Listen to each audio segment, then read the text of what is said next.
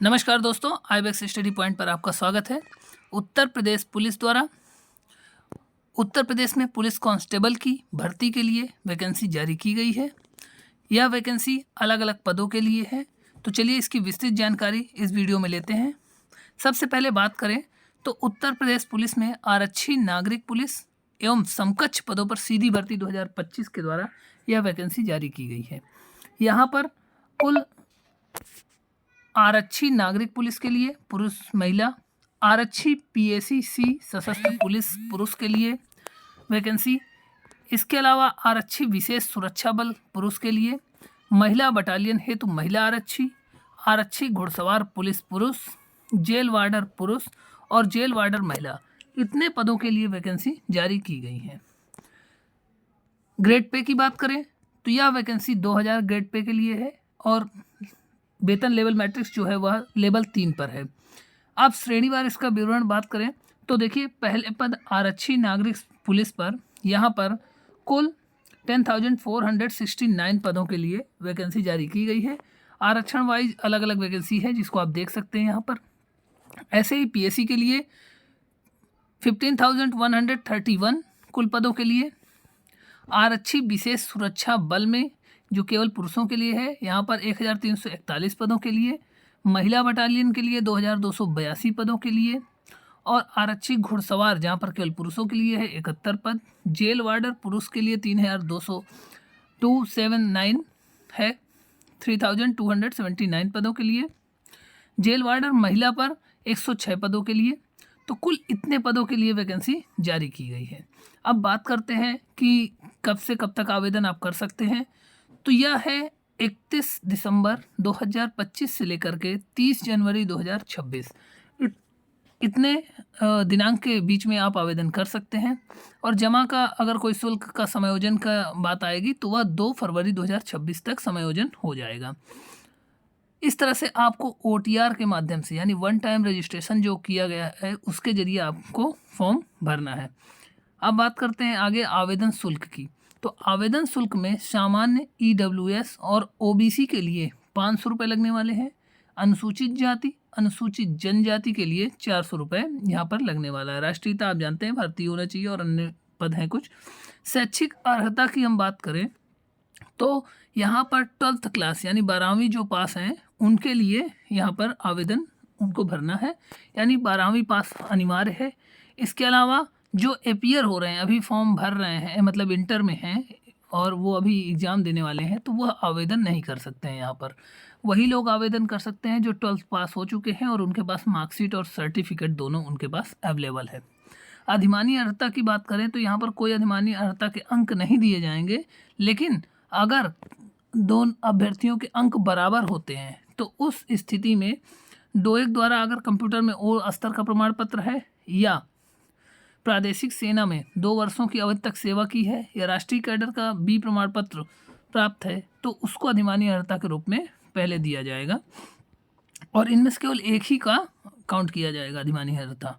आयु की बात करें तो आयु यहाँ पर जो रहने वाली है पुरुष अभ्यर्थियों के लिए यह दिनांक 1/7/2025 को 18 वर्ष और 22 वर्ष इन दोनों वर्षों के बीच होनी चाहिए। इसके लिए विशेष देखिए चार्ट यहाँ पे दिया गया है। हम चलते हैं सीधे चार्ट पर, चार्ट देखते हैं कि चार्ट पर क्या है। यह देखिए यहाँ पर दिया गया है कि श्रेणीवार जब सामान्य कैंडिडेट होंगे या EWS के कैंडिडेट होंगे तो वहाँ पर पुरुषों के लिए 2/7/2023 और 1/7/2007 इसके बीच में, महिलाओं के लिए 2000 सन से 2007 के बीच में और डेटा पहले से ही वही निर्धारित है। अनुसूचित जाति के लिए यही 98 से 2007 के बीच और महिलाओं के लिए 95 से 2007 के बीच।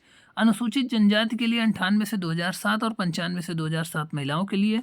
OBC की बात करें तो उनको भी 98 से 2007 दिया गया और 95 से 2007।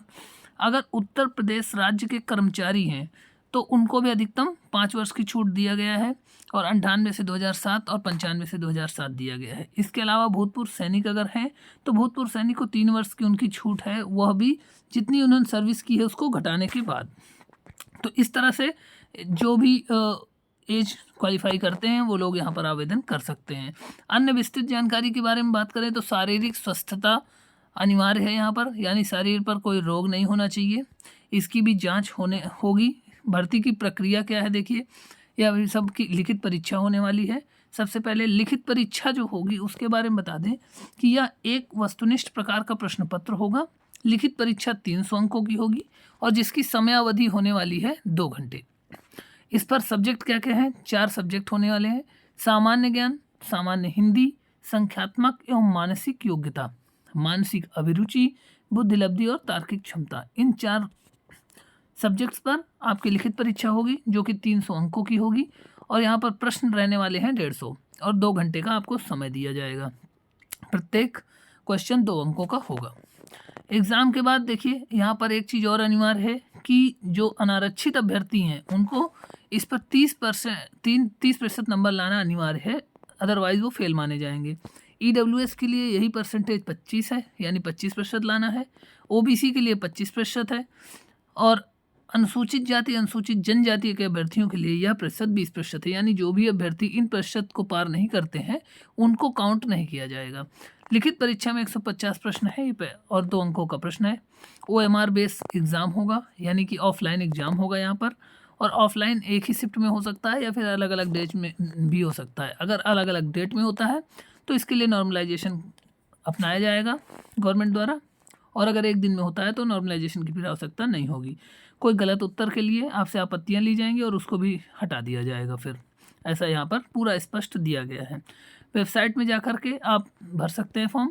इसके अलावा अभिलेखों की बात करें और क्या क्या आवश्यकताएं पड़ेंगी कि कितनी हाइट होनी चाहिए, कितना वेट होना चाहिए, ये सब चीज़ें भी हैं। तो शारीरिक मानक परीक्षा की हम बात करें तो यहाँ पर जो पुरुष अभ्यर्थी हैं उनके लिए ऊंचाई जो सामान्य, अन्य पिछड़ा वर्ग और अनुसूचित जाति के पुरुष हैं उनके लिए 168 सेंटीमीटर मांगा गया है। अनुसूचित जनजाति के लिए 160 सेंटीमीटर। सीना की बात करें तो 79 सेंटीमीटर बिना फुलाए और फुला करके 84 सेंटीमीटर है सामान्य वर्ग, OBC और SC के लिए। ST के लिए यह केवल दिया गया 77 सेंटीमीटर बिना फुलाए और 82 सेंटीमीटर फुलाने पर।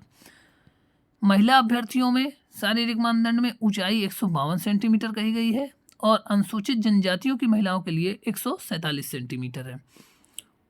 ऐसे ही वजन महिला अभ्यर्थियों के लिए न्यूनतम 40 किलोग्राम वजन होना अनिवार्य है। तो ये शारीरिक मानदंड होना चाहिए। अगर शारीरिक मानदंड के बाद शारीरिक दक्षता परीक्षा होगी। दक्षता परीक्षा में क्या लिया जाएगा तो यहाँ पर 4.8 किलोमीटर की दौड़ 25 मिनट में पुरुष अभ्यर्थियों को पूरी करनी होगी और महिला अभ्यर्थियों को 2.4 किलोमीटर दौड़ना होगा 14 मिनट में। तो इतने में इनकी शारीरिक दक्षता यहाँ पर दौड़ देखी जाएगी। ये भी एक अनिवार्य पार्ट है जिसको आपको पहले से ही प्रिपेयर रहना होगा। चयन, अंतिम योग्यता सूची, ये सब एग्जाम के दृष्टिगत है। तो इस तरह से ये पूरी डिटेल है यहाँ पर। इसके अलावा और इस आवेदन पर अगर आपको ज़्यादा जानकारी चाहिए तो आप ये PDF इसकी डाउनलोड कर सकते हैं और इसको विस्तृत जानकारी पढ़ सकते हैं। यहाँ पर देखिए सब विस्तृत चार्ट में बना दिया गया है। आरक्षण के तौर पे आरक्षण कितना किसको मिलना है वो दिया गया है। अब बात करते हैं सिलेबस की। तो चलिए मैं आपको यहाँ पर दिखाता हूँ कि सिलेबस क्या रहने वाला है।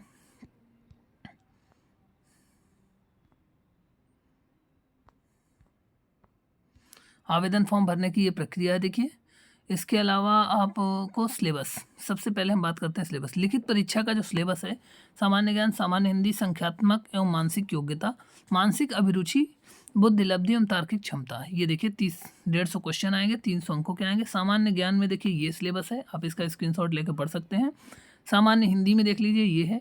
संख्यात्मक एवं मानसिक योग्यता के लिए आपका सिलेबस ये रहने वाला है, देखिए इसका भी स्क्रीनशॉट आप ले सकते हैं।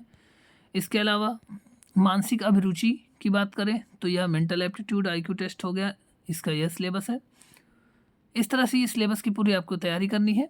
तो अगर वीडियो आपको अच्छा लगा है तो लाइक करें, दोस्तों के साथ शेयर करें ताकि सभी को यह जानकारी मिल सके और सभी लोग आवेदन समय से कर सकें। तारीख जरूर याद रखें, 31 दिसंबर से लेकर के आपको 30 जनवरी तक फॉर्म भरना है।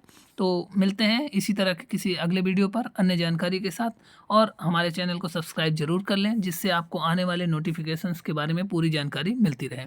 तब तक के लिए नमस्कार।